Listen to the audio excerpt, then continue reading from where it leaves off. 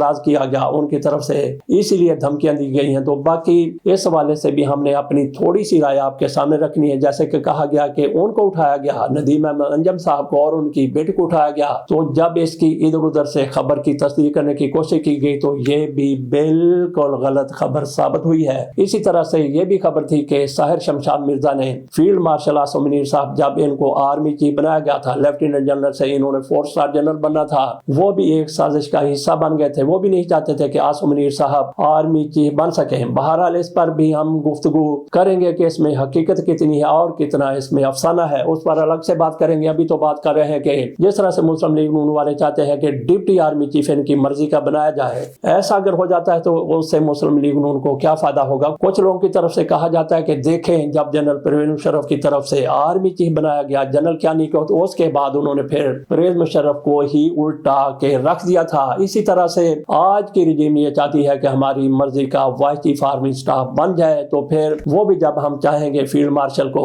یا پھر defence forces کے کمانڈر کو الٹا کے رکھ دے گا۔ میں سمجھتا ہوں کہ یہ ساری کی ساری خام خیالی ہے اور ان کی یہ غلط فہمی ہے، خوش فہمی ہے، ایسا ہرگز نہیں ہوگا۔ ہم نے یہ دیکھنا ہے کہ ڈپٹی آرمی چیف کتنا زیادہ طاقتور ہوگا، اور یہ ڈپٹی آرمی چیف پہلی مرتبہ نہیں آ رہا۔ جنرل ضیاء الحق کے دور میں بھی ڈپٹی آرمی چیف ہوا کرتا تھا، voice chief of army staff ہوا کرتا تھا، وہ کتنا زیادہ طاقتور تھا۔ آرمی چیف کے ہوتے ہوئے آپ ڈپٹی آرمی چیف ہو، vice chief of army staff ہو یا جو بھی ہو، آرمی چیف کے ہوتے ہوئے کسی کی اتنی زیادہ پاور نہیں ہوتی کہ آرمی چیف کے سامنے کھڑا ہو سکے۔ وہ جو پرویز مشرف صاحب تھے، پرویز مشرف صدر تھے، صدر پاکستان تھے، لیکن وہ جرنیل نہیں تھے۔ جرنیل تھے تو ریٹائر ہو چکے تھے، انہوں نے وردی اتار دی تھی، تو سارے اختیارات پھر جنرل کیانی کے پاس آ گئے تھے۔ اس لیے انہوں نے پھر پیپلز پارٹی کے ساتھ مل کے ان کو الٹا دیا تھا، ان کو وردی اتارنے کے بعد بے اختیار ہونے کے بعد سارا کچھ کیا گیا تھا۔ تو یہاں پہ فیلڈ مارشل صاحب آرمی چیف ہوں گے، ان کے نیچے جتنے بھی ہوں گے پوری کی پوری طاقت فیلڈ مارشل صاحب کے ہاتھ میں ہوگی بطور آرمی چیف، اور ڈپٹی آرمی چیف کی اتنی زیادہ طاقت نہیں ہوگی کہ ان کے سامنے کھڑا ہو سکیں گے۔ تو یہ لوگوں کی خام خیالی ہے کہ اپنا یہ ڈپٹی آرمی چیف بنوانا چاہتے ہیں۔ ہو سکتا ہے کہ ان کو کوئی خوش فہمی ہو، جس کو غلط فہمی ہی کہا جا سکتا ہے کہ ان کا ڈپٹی آرمی چیف ہوگا تو آرمی چیف کے مقابلے میں وہ کھڑا ہو جائے گا، ایسا سوال ہی پیدا نہیں ہوتا۔ لیکن یہ بھی مفروضوں پر بات ہے کہ ان کی طرف سے ایسا مطالبہ کیا جا رہا ہے، تو جو بندہ کانا ہوتا ہے، جو بندہ نالائق ہوتا ہے، جو بندہ نیلا ہوتا ہے، جو بندہ ہار چکا ہوتا ہے، اس کو زبردستی سے گھسیٹ کے اس کو جتوایا جاتا ہے۔ وہ اس طرح کے مطالبات نہیں کر سکتا، بلکہ وہ جھک کے سلام کرتا ہے، وہ گوٹوں کو ہاتھ لگاتا ہے، گٹوں کو ہاتھ لگاتا ہے، وہ گریبان تک اس کا ہاتھ نہیں جاتا، بلکہ اس کا ہاتھ پاؤں ہی پر رہتا ہے، بوٹ پر ہی رہتا ہے۔ تو یہ مسلم لیگ نون والوں کی طرف سے ایسا تاثر دینا کہ ہمارا یہ مطالبہ ہے، سوال ہی پیدا نہیں ہوتا۔ لیکن ان کی بدنیتی تو سامنے آ چکی ہے، انہوں نے نوٹیفکیشن جان بوجھ کا ڈیلے کر رکھا ہے۔ تو ہو سکتا ہے فیلڈ مارشل صاحب ایسا ان کی طرف سے کیے جانے پر خوش نہ ہو۔ ظاہر ہے کہ انہوں نے کیا خوش ہونا ہے، کیونکہ ان کا نوٹیفکیشن 2-4 نہیں بلکہ 1 مہینہ پہلے آ جانا چاہیے۔ جیسے ہی 27ویں آئینی ترمیم منظور ہوتی ہے اس کے بعد نوٹیفکیشن آ جانا چاہیے تھا۔ وہ میرا خیال ہے کہ مہینہ پہلے نہیں بلکہ 2-4-10 دن پہلے ہی ان کی ریٹائرمنٹ سے ترمیم ہو چکی تھی۔ ویسے تو ان کی ریٹائرمنٹ بھی 29 نومبر کو نہیں بنتی تھی، کیونکہ 2 سال کی ایکسٹینشن انہوں نے ان کو 26ویں آئینی ترمیم میں دے دی تھی۔ مسلم لیگ نون والے کوئی پکے پاؤں نہیں کھڑے تھے۔ بہرحال اگر ان کی طرف سے ایسی بلیک میلنگ کی کوشش کی گئی ہے تو اس کا پھر خمیازہ ان کو بھگتنا پڑے گا۔ جس طرح ہم نے اپنے پچھلے ویلاگ میں کہا تھا کہ مسلم لیگ نون یا پھر فیلڈ مارشل ان میں سے ایک ہی آگے جائے گا، اور فیلڈ مارشل کے پاس چونکہ پوری طاقت ہے اس لیے مسلم لیگ اور پھر مسلم لیگ نون کے پاس کوئی مینڈیٹ بھی جائز نہیں ہے، مینڈیٹ بھی ان کو دلایا گیا ہے۔ اس لیے یہی وثوق کے ساتھ کہا جا سکتا ہے کہ فیلڈ مارشل صاحب پاور میں ہیں، اور جب وہ اپنی پاور استعمال کریں گے تو پتہ لگ جائے گا، پتہ جائے گا ان کو مسلم لیگ نون والوں کو۔ اگر ان کی طرف سے ایسا کچھ کیا گیا ہے تو پھر کیا نادانستگی میں ان کی طرف سے کیا گیا ہے؟ نہیں، ایسا نہیں ہے۔ تو ان کے حلقوں میں جیسے میاں نواز شریف صاحب ہیں، ہو سکتا ہے کہ ویسے شہباز شریف صاحب ایسا کر ہی نہیں سکتے، ان میں ایسی ہمت ہی نہیں ہے۔ وہ جس طرح کے بندے ہیں، جس طرح سے ان کی نیچر ہے، جس طرح سے ان کی سائیں کی فطرت ہے، وہ سامنے آ کے بات نہیں کرتے، بلکہ وہ جو کچھ کرتے ہیں وہ پوری دنیا کے سامنے ہے۔ میاں نواز شریف صاحب ایسی حرکت کر سکتے ہیں، ان کی طرف سے ہو سکتا ہے کہ ایسا کوئی ایڈونچر کرنے کی کوشش کی گئی ہو جس کا خمیازہ مسلم لیگ نون کو بھگتنا پڑے گا۔ یہ ایسے معاملہ تب ہوتے ہیں جب بندہ اپنا جینون مینڈیٹ لے کے آیا ہوتا ہے۔ جیسے میاں نواز شریف صاحب کو ایک مرتبہ تو 2/3 اکثریت بھی دلا دی گئی تھی، اور اور انہوں نے سمجھ لیا کہ میں نے اپنے بل بوتے پر اکثریت حاصل کی، اور پھر یہ اپنے آپ سے باہر نکلے. جب باہر نکلے تو پھر پرویز مشرف کا ہاتھ ان کے گریبان تک پہنچ گیا تھا، بلکہ کچھ لوگ تو کہتے ہیں کہ ان کا بوٹ ان کی گردن تک پہنچ گیا تھا. تو مسلم لیگ نون والے جب جینون مینڈیٹ کے ساتھ آتے ہیں تو پھر بڑے طاقت میں ہوتے ہیں، ادھر ادھر کا کر لیتے ہیں. اب تو بالکل بھی ان کے پاس جینون مینڈیٹ نہیں ہے، تو کس طرح سے یہ ایسی بلیک میلنگ کر سکیں گے؟ اجازت دیجیے، اللہ حافظ.